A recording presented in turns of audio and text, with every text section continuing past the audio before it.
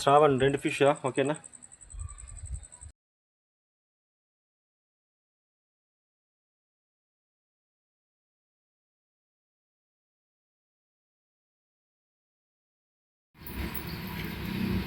Hi hello friends, welcome to my channel Meenakshi Vantasala. మేము ఈరోజు చేపల పులుసు చేసుకుంటున్నామండి. సో ఇవైతే ఈ ఫిషెస్ కేజీ తీసుకొచ్చుకున్నాము. ఇది లైవ్ ఫిష్ అండి, కట్ చేయించుకొని తీసుకొచ్చుకున్నాము. సో ఈ ఫిష్ పేరేంటో నేను చెప్పాను, అది ఏంటో కామెంట్ చేయండి. సో యాక్చువల్లీ ఇది ఫిష్లో ఒకటే ముళ్ళు ఉంటుందంట, అదేంటో నాకు కామెంట్ చేయండి. సో 1 kg ఫిష్ అయితే తీసేసుకున్నాము. సో ఇలా బౌల్లో వాటర్ వేసేసి సాల్ట్ దొడ్డుప్పు వేసేసి మేమైతే కడుక్కొని ఇలా సపరేట్గా ఒక మళ్ళీ వేరే బౌల్లో వేసుకున్నాము. సో ఇవేంటో కూడా నాకు తెలియదండి, ఇవి కూడా ఏంటో మీరు కామెంట్ చేయండి. చేసుకోవాలి, వాటర్ లేకుండా కంప్లీట్గా వాష్ చేసేసుకోవాలి. సో ఇందులో కొన్ని పీసెస్ అయితే నేను ఫ్రై చేస్తానండి. మా అత్తయ్య మాత్రం కాస్త సూప్ పెడుతున్నారు. కొన్ని పీసెస్ చేపల పులుసు, కొన్ని పీసెస్ చేపల ఫ్రై. సో ఇప్పుడు మనం ప్రాసెస్ చేపల పులుసు చూస్తున్నాము. సో ఫ్రై నేను తర్వాత పెడతాను. సో ఇలా అన్నీ నీట్గా వాష్ చేసేసుకొని ఒక బౌల్లోనైతే తీసేసుకోవాలి. సో ఇందులో కావాల్సిన ఇంగ్రీడియంట్స్ ముందుగా వేద్దాము. సో ఇందులో చేపలకైతే ముందుగా అల్లం వెల్లుల్లి పేస్ట్, కాస్త పసుపు, కారం అయితే ఇలా వేసేసి అన్నీ ఇలా ముక్కలకు పట్టించామండి. సో చూడండి, ఇలా కంప్లీట్గా ఇలా పట్టించాలి మసాలా అంతా. సో ఇప్పుడు చేపల పులుసు ప్రాసెస్లోకి వెళ్దామండి. ముందుగా ఈ చేపల పులుసు కోసం అండి మేము 2 పెద్ద సైజు ఆనియన్ తీసేసుకొని ఇలా చాప్ చేసేసి కాస్త ఆయిల్ వేసేసి ఫ్రై చేసుకోవాలండి. ఇలా జస్ట్ లైట్ బ్రౌనిష్ కలర్గా వేయించుకోవాలి. ఇలా వేయించుకొని గ్రైండ్ చేసేసుకొని పులుసులో వేసారనుకోండి, ఇలా పులుసు వేసుకుంటే మాత్రం చిక్కదనం వస్తుంది, కన్సిస్టెన్సీ బాగుంటుంది. అందుకని ఇలా వేయించుకొని అయితే గ్రైండ్ పట్టుకోవాలి. స్పెషల్లీ చేపల పులుసు కోసం ఇలా గ్రైండ్ చేసేది, ఇలా ఫ్రై చేసేసుకొని గ్రైండ్ చేసేసుకోవాలి. ఈ చేపల పులుసు కోసం మేము ఫ్రెష్గా కాస్త గరం మసాలా వేసుకుంటున్నామండి. కొన్ని ధనియాలు, కొన్ని లవంగాలు వేసైతే మేము ఇలా డ్రై రోస్ట్ చేసేసుకొని ఇందులో ఆనియన్లో కలిపేసుకొని గ్రైండ్ చేసేసుకుంటాము. ఫ్రెష్గా వేసుకుంటే టేస్టీగా ఉంటుంది కదండి. ఇలా అయితే కాస్త ఫ్రై చేసుకోవాలి, డ్రై రోస్ట్. అందుకే మేము కాస్త ఫ్రెష్వి తీసుకుంటున్నాము.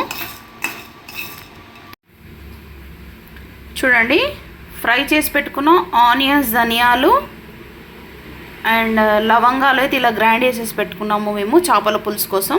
సో పులుసుకి కావాల్సిన చింతపండు రసం ఇలా స్క్వీజ్ చేసేసి పెట్టుకున్నాము. ముందుగా బౌల్ పెట్టేసేసి కాస్త ఆయిల్ వేసేసుకొని ఆవాలు జీలకర్ర వేసుకుందాము.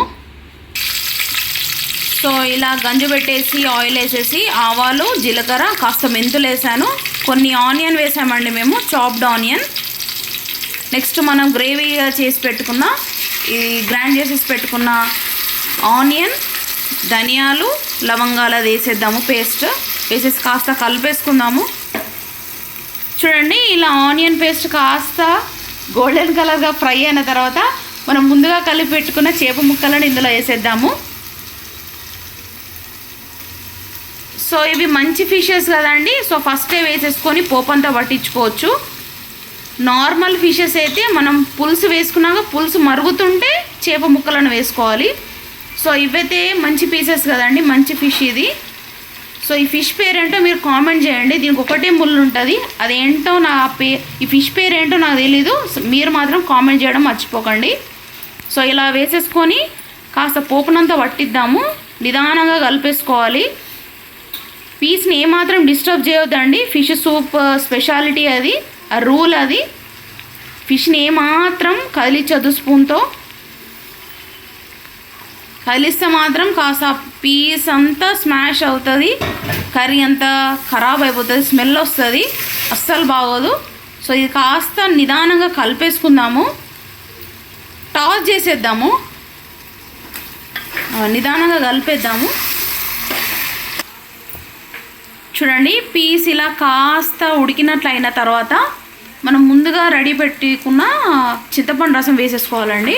చూడండి, కర్రీకి సరిపడా సాల్ట్ వేసుకుందాం ఇప్పుడు.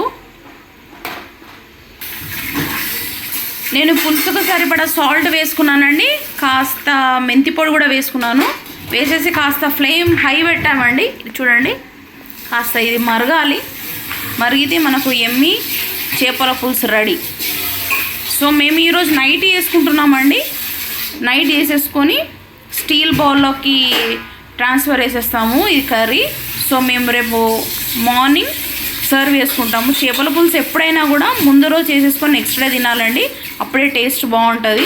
సో వెంటనే చేసుకొని తింటే అస్సలు బాగోదు. మీరే డిఫరెన్స్ ఫైండ్ చేయవచ్చు. సో ఆ వెంటనే తింటే ఎలా ఉందో, సో ముందు రోజు చేసుకుంటే ఎలా ఉందో మీకే తెలిసిపోతుంది. సో ఇదండి ఫిష్ కర్రీ. చూడండి, చేపల పులుసు రెడీ అండి.